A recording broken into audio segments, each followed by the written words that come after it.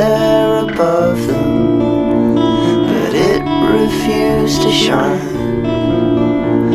He took another step, and then it caught his eye.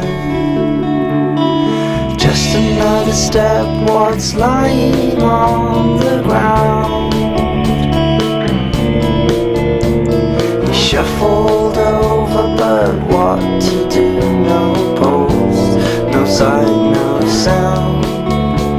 He knew the race was over before it had begun, but something overtook him. He just had to run. A shoebox and a dish towel was all he had to use. The boy wanted to help, but his friend would just refuse. Don't interfere, you're all full of fear, he shouted at the boy. The boy began to quiver, words were hard to employ.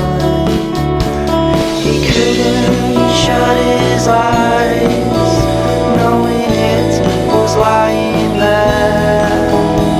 The stars offered their hope, but the light bled into air.